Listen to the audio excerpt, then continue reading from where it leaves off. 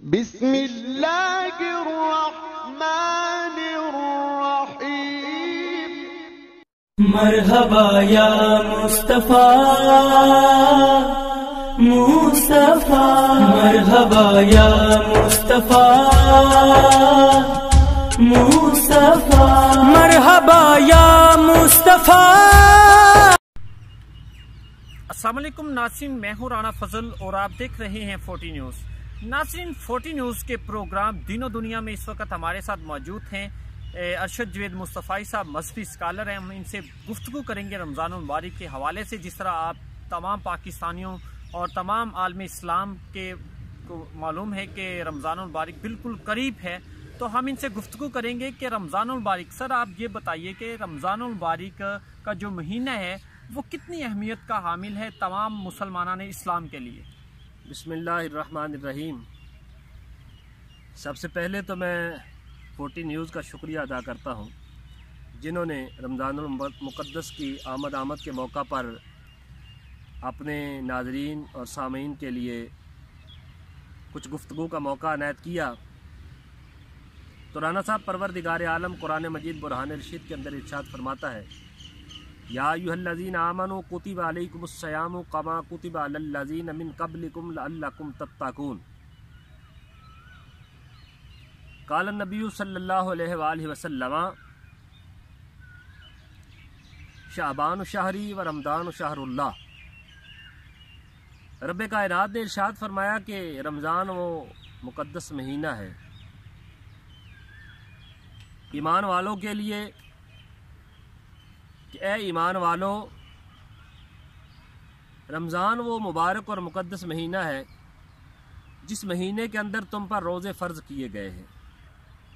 اور روزے کیسے فرض کیے گئے؟ فرمایا کما کتب علی الذین من قبلکم لعلکم تتقون۔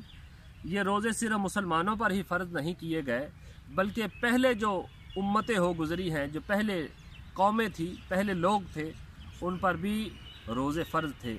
مقصد کیا ہے؟ فرمایا لعلکم تتقون، تاکہ تم متقی ہو جاؤ، تم تقوی اختیار کر سکو، تم تزکیہ نفس کر سکو، تم پاک ہو جاؤ، تم پاکی حاصل کر سکو۔ تو آقا کریم علیہ الصلوۃ والسلام نے جو ارشاد فرمایا کہ شعبان شہری و رمضان شہر اللہ، کہ شعبان کا جو مہینہ ہے وہ میرا مہینہ ہے اور رمضان المبارک رب کائنات کا مہینہ ہے۔ آپ سمجھتے ہیں کہ جب کسی نکرہ کی نسبت معرفہ کے ساتھ ہو جائے تو پھر وہ نکرہ نہیں رہتا، بلکہ وہ بھی معرفہ ہو جاتا ہے، وہ بھی اہمیت کا حامل ہو جاتا ہے۔ تو آقا کریم علیہ الصلوۃ والسلام نے شعبان کی نسبت اپنی طرف کر کے اس مہینے کو دیگر مہینوں کے اندر افضلیت عطا فرمائی، اور رمضان المبارک کی نسبت پروردگار عالم کے ساتھ کر کے اسے دیگر مہینوں کے اندر افضلیت اور برتریت عطا فرمائی ہے۔ تو پروردگار عالم نے یہ واضح اعلان فرما دیا کہ لوگوں، رمضان المبارک کے مہینے کے اندر تم پر روزے فرض کیے گئے ہیں۔ تو آقا کریم علیہ الصلوۃ والسلام کے معمولات کو جب ہم دیکھتے ہیں، احادیث پاک کا مطالعہ کرتے ہیں، تو ہمیں پتہ چلتا ہے کہ نبی اکرم صلی اللہ علیہ وآلہ وسلم حضرت اماں عائشہ صدیقہ رضی اللہ تعالیٰ عنہ ایک حدیث پاک روایت فرماتی ہیں کہ حضور نبی اکرم صلی اللہ علیہ وآلہ وسلم شعبان شریف کے علاوہ کسی بھی مہینے کے اندر اتنے نفلی روزے نہیں رکھا کرتے تھے جتنے شعبان شریف کے اندر رکھا کرتے۔ گویا نبی اکرم صلی اللہ علیہ وآلہ وسلم نے اپنے امتیوں کو یہ تعلیم اور تدریس فرما دی کہ رمضان المبارک کی تیاری کے لیے تم شعبان شریف کے اندر ہی روزے رکھنا شروع کر دو، تاکہ تم رمضان المبارک کے اندر تیار ہو جاؤ۔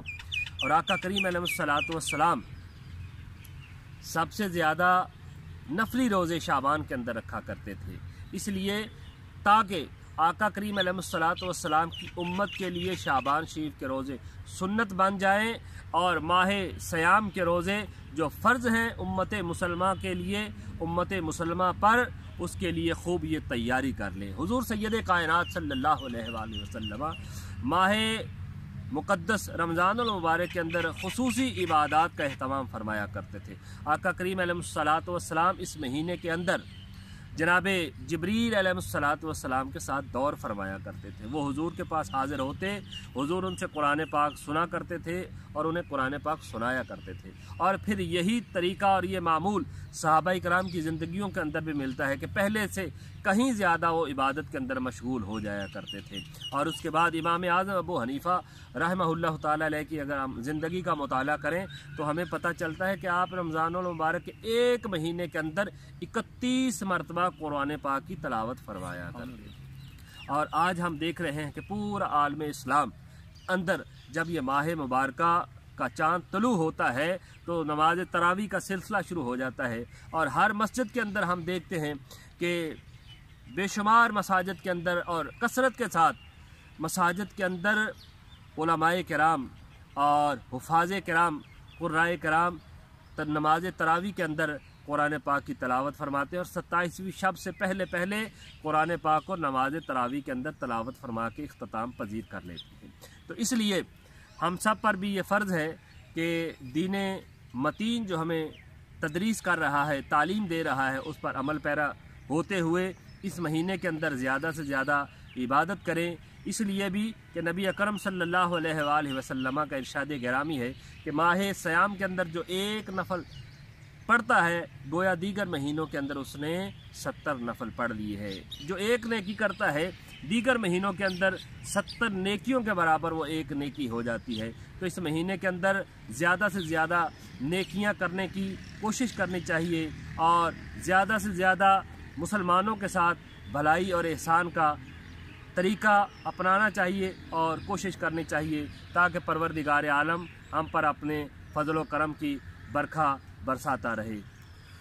جی یہ تھے ارشد جوید مصطفی صاحب جو ہمارے پروگرام دین و دنیا میں اپنے میزبان آپ کے میزبان رانا فضل کے ساتھ گفتگو کر رہے تھے، خصوصی گفتگو ان سے کر رہے تھے، اور انشاءاللہ رمضان المبارک کا مہینہ بالکل قریب ہے اور ان سے مزید ہمارے پروگرام انشاءاللہ جاری رہیں گے، اور آپ تمام دوستوں سے گزارش ہے کہ دیکھتے رہیے 14 نیوز پروگرام دین و دنیا۔ اللہ حافظ۔